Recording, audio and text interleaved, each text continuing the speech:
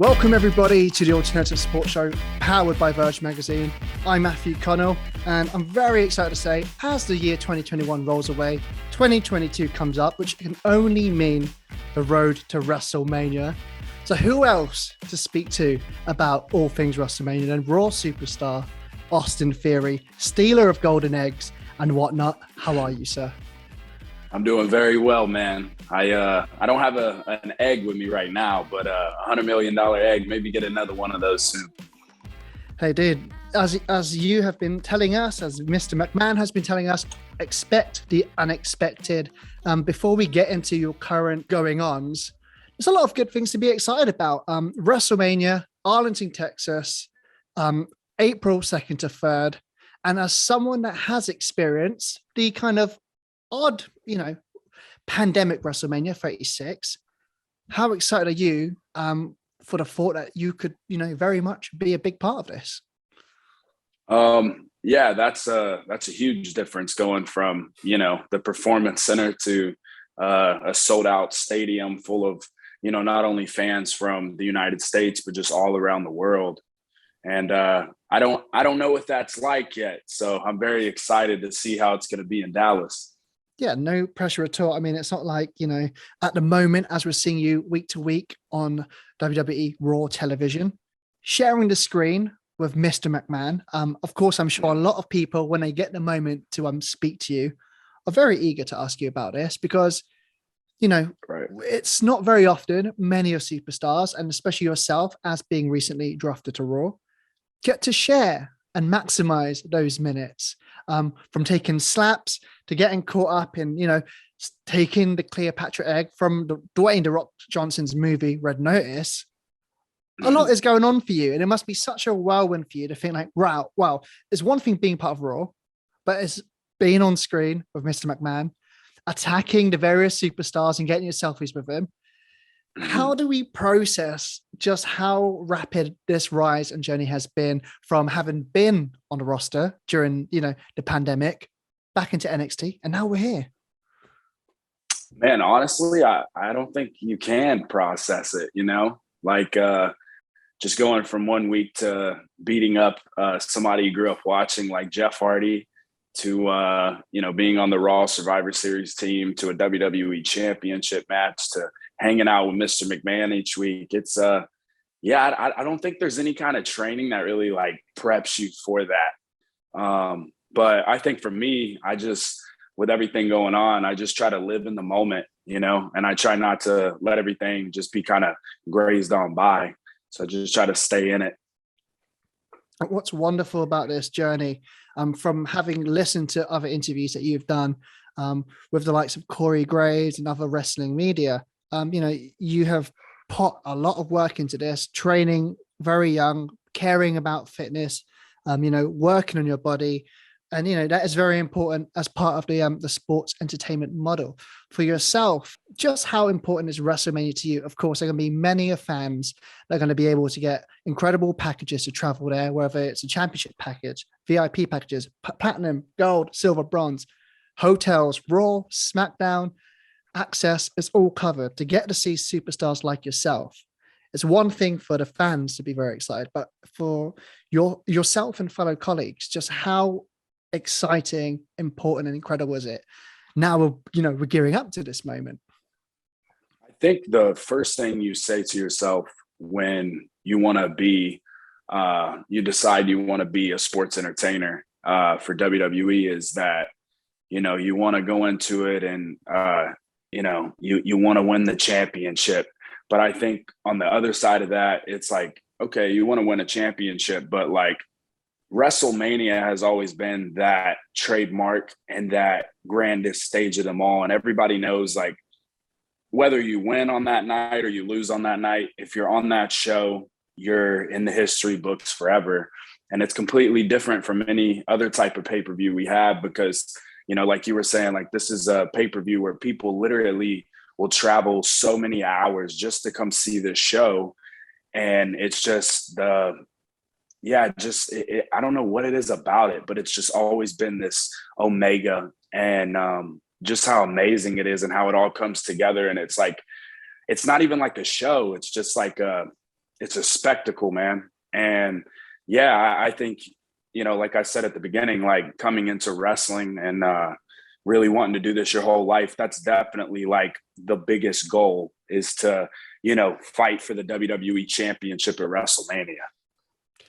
And of course, for people that are tuning in, well, going back to, about the fans, of course, with these amazing packages, they get to see, the Raw, the SmackDown. And like you said, it is about not just those 2 nights, but the whole week is an experience. Now, of course, Right. as we watch you on Monday Night Raw, you've been going through certain members of the rosters, cracking them, getting your selfies, posting some great pictures. And it's, for us, it's thoroughly entertaining. This is what makes us love this industry. For yourself, it's one thing I was always, that kind of popped into my head was, for yourself personally, of course, you've got great selfies of various superstars that you have, come across in the ring or backstage. Are there any other selfies that obviously isn't in public sphere that you have got on your phone that is quite impressive, whether it might be someone in the entertainment industry or beyond that you have met previous? Yeah, I think this is a simple one and everybody knows the answer to it. John Cena. It wasn't really like a selfie, but definitely we got a photo. And that was, that's the first photo we've ever taken. So that was a really big deal to me, especially, the whole story behind that of, him just being my childhood hero. It's amazing. So there's a few things I want to touch upon the Cena connections, because of course, that was, Cena was the key guy throughout your growth in watching WWE, of course, someone that you have huge respect for. And I personally was more of a Randy Orton kind of guy, but I did once bump into John Cena in central London. He was sat by himself at a coffee shop on the corner of the most random street in London. And I was like, I was heading off to a shoot and I was like, that's John Cena. So I just did the calm thing, went, John Cena, you're a legend. How you doing, sir? And just walked on. No photos, just said hello. And I was like, went to see my friends up minutes after and said, you will never guess who was at the most random coffee shop over there, Mr. John Cena. So I can only imagine how that must have been for you as a WWE superstar. Now, I must ask, if we were to craft a dream WrestleMania moment, would you rather do a RK Bro style tag team match of Cena and win the tag team titles with him, or would you rather retire him at WrestleMania? Gosh, that's a tough one, man. They both sound amazing, but I think for Austin Theory, yeah, you'd have to really not see Cena anymore, because I'd have to retire him. I'd have to do it, man. A great answer, and I'm sure there'll be many, many boy and girl of the WWE universe that will share their thoughts. Personally, I would love to see it. I think it would be nothing more spectacular as you start this journey. It would be an incredible way to hopefully, some way, somehow, pass the torch along the way. Now, of course, being John Cena, being the pinnacle of sport entertainment, just how important has it been for you over, let's say, even like the last year or 2 years, from having, shared the ring with the likes of Seth Rollins during that pandemic era and getting really intimate learning experiences, then from going to back to NXT, working with The Way, Johnny Gargano, Indy Hartwell, Candice, even Dexter Lumis has been a part of that great fold. And then to now sharing the screen with Vince. So what have you taken from these last few years as crafting yourself, Austin Theory, as a sports entertainer? I noticed the biggest thing is to just honestly close your mouth and just listen. And this is WWE is one of those places where, you can have a super long career, and that could be being the same person, or it can mean, changing and evolving into these different personalities, these different characters. But for me, I've just realized taking my time and really just enjoying every little bit of it and not trying to rush by, because at the end of the day, it's like, I know what the ultimate goal is. I know where I want to be. And, like we just said earlier, like the goal is definitely to either face for the WWE championship or the Universal Championship in the main event of WrestleMania. And that's the biggest I think you can get here, other than getting slapped by Mr. McMahon. But Yeah, man. I think it's just patience for sure. And what I've learned from each person is always something different.